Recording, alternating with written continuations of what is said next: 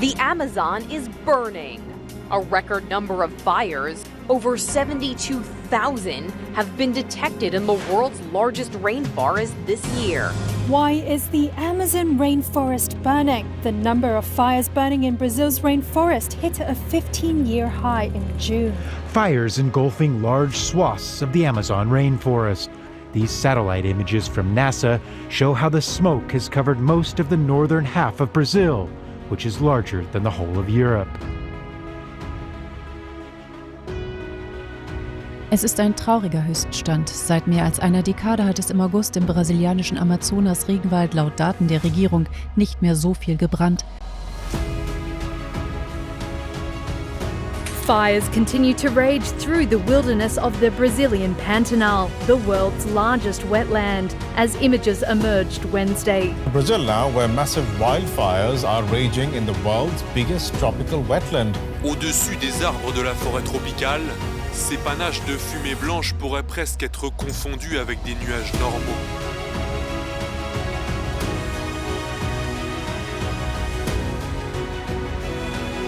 The Pantanal, the world's largest tropical wetland, has burned to the ground this year.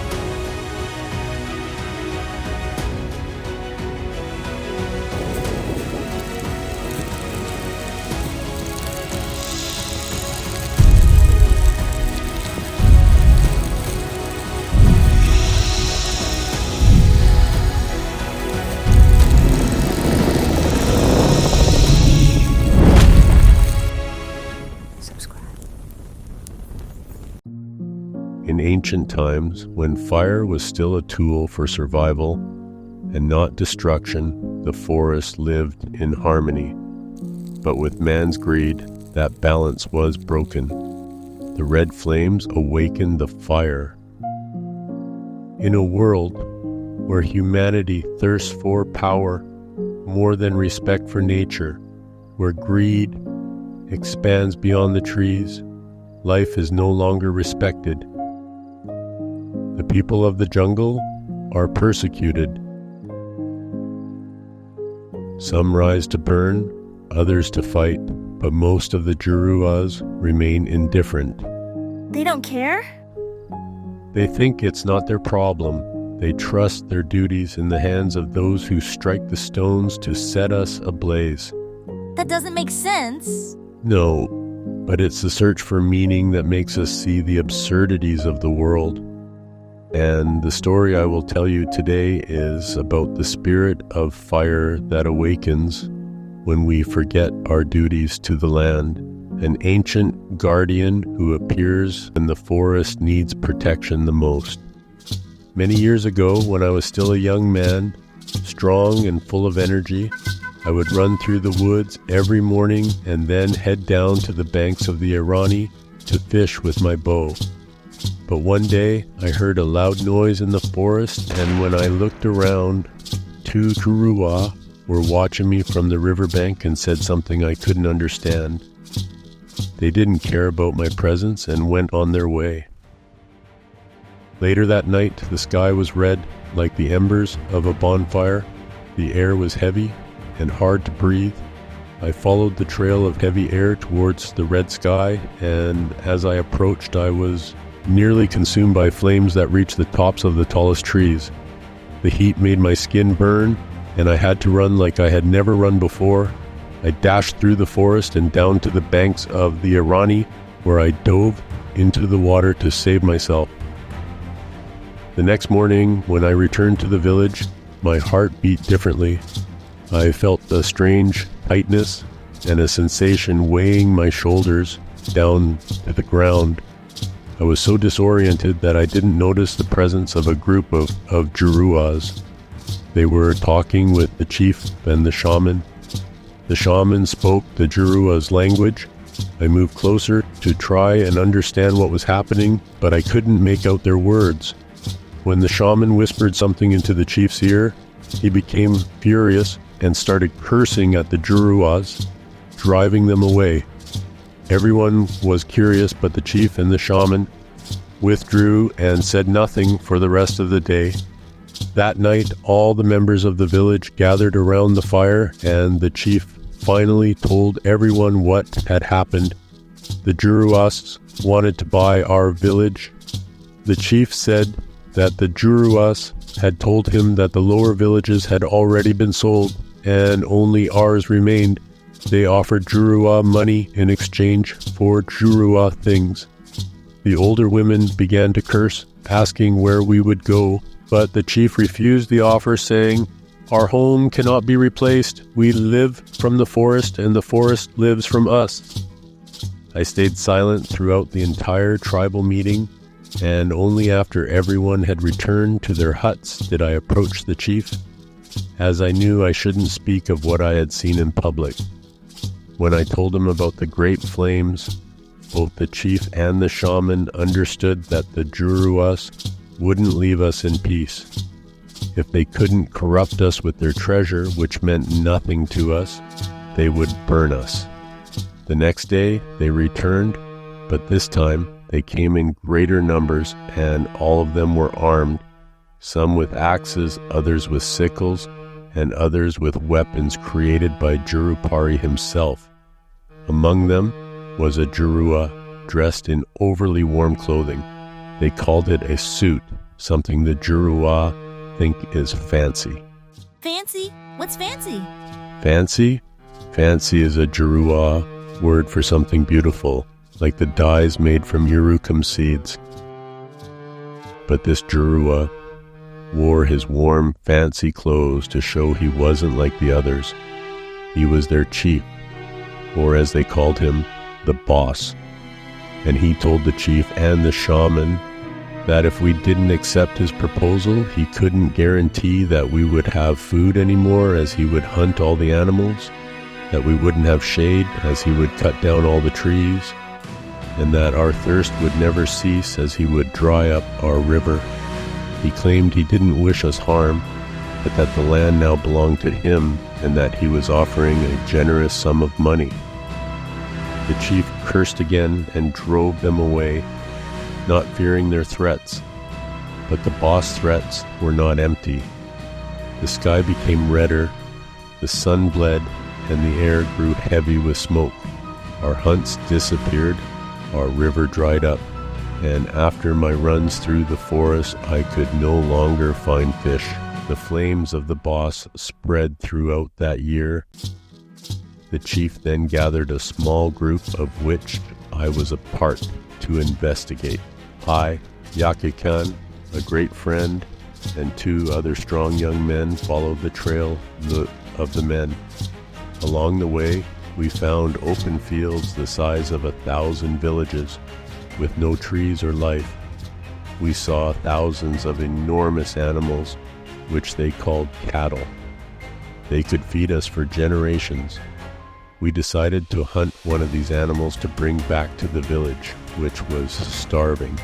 We used many arrows and chased it all day. The animal was strong and resilient, but when it finally fell, it was Yakikan who finished it off with his dagger. What we didn't expect was that while returning home, we were pursued by a group of Jurua who came after us to recover the meat we had taken. 4 of them found us halfway through the forest, pointing their weapons at us. Yakikan tried to argue that this cattle would save and feed us, but they didn't understand and only wanted their meat back. Yakikan insisted, saying they had plenty, and that one wouldn't make a difference. But these men were wicked and under the control of Jurupari. An extremely thunderous sound, like the one I heard that day while fishing in Irani, echoed through the forest, and my friend fell to the ground. Yakikan had left this world under that weapon. My other 2 companions tried to flee, running, and more thunderclaps followed. They too fell. I stood frozen, terrified, and tried to beg for mercy. They started laughing, and more thunderous sounds echoed. They didn't shoot me, but I understood what they wanted. One of them shouted and motioned for me to leave. But when I began to run, they came after me. They were hunting me. The thunder sounds chased me through the forest. One hit my leg, leaving a small scratch, but I kept running until I reached a dense part of the forest where I became trapped. The darkness of the forest was intense, though it was not yet night. Something was there. I could feel it on my skin. One of them found me and came at me with his weapon raised. That's when I felt an intense heat, similar to what I had felt on that day in the burned woods. But this heat was different. It didn't burn my skin. I looked at the Jurua, and he had a look of tremendous fear in his eyes, as if Jurupari himself had appeared before him. When I looked back, I saw a giant shadow rising, snaking upward. I saw thousands of glowing eyes shining from a serpent-shaped trunk, which gleamed so brightly that I thought the stars had fallen upon me. And suddenly, the entire forest lit up. The shadow burst into flames all at once. It was nature's vengeance. We call it Boitata. I knew the legend, but I never imagined it was real. And because I knew the legend, I knelt and bowed my head to the ground in reverence, proving I was a friend of nature. I knew I could never look into its eyes, for if I did, I would become one of its 1,000 eyes, illuminating the forest forever. But the Jurua didn't know this and was completely devoured. Nothing of him remained in this world. Boitata left me where I was and went off illuminating the forest. I heard other screams. It had found the other Jurua who were chasing me and devoured them. When I returned to the village, the boss was already there. He had captured everyone, leaving them kneeling.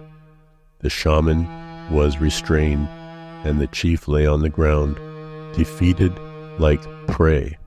I no longer feared him, for I knew the guardian and avenger spirit had awakened, so I emerged from the forest and approached.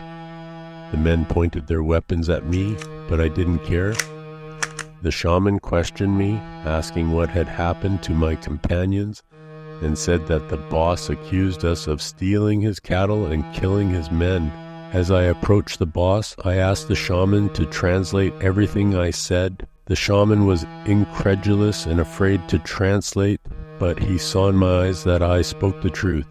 When he translated, the boss laughed, but soon became angry, pointing his weapon at me. I stood in the same place. I heard the boss's weapon click as it gleamed in the sunlight. But just when I thought he would fire the thunderous sound into my eyes, the daylight disappeared as in the stories of the celestial jaguar that devours the sun. I felt at that moment my warrior spirit approaching, and I grabbed the boss's weapon. He resisted, thunder sounds echoed again, and the women and children ran into the forest, fleeing. The shaman was shoved to the ground beside me, while the young men and warriors fought the Jurua. But our struggle didn't last long. From the darkness, the fiery creature appeared, lighting up its surroundings. It was even bigger than I imagined. Its fire didn't burn anything, but it left a trail wherever it passed. Its heat made us kneel in reverence. The Jurua didn't know its legend and confronted it, for they were enemies of nature. They fired their weapons. The sound of thunder against Boitata, but Boitata devoured the thunder with its enormous mouth. In an instant, the men were devoured. The boss used his powerful weapon, but it was useless against vengeance. I felt the fire on my skin, but it didn't burn me. The boss felt the fire more than anyone else. I heard his scream in his own language. I heard him beg. He burned, but did not perish. He burned longer than all the others. He melted near me, feeling each tongue of flame lick his skin, and he succumbed to existence. Sometime later, we were still pressing our faces against the earth when the sunlight returned. Boitata had fulfilled its vengeance and returned to the heart of the forest, and we had our forest back. We were able to bury our friends and the chief, never to forget their sacrifices. I was trained by the shaman to become a new leader, and since then I have become chief. As long as there are people like the boss who sacrifice the green for money, Boitata will always be there in the shadows, ready to act. And those who dare cross its path, beware, for its light may be the last thing they see. Fire can destroy, but it can also purify. Boitata is a reminder that nature will not be forgotten,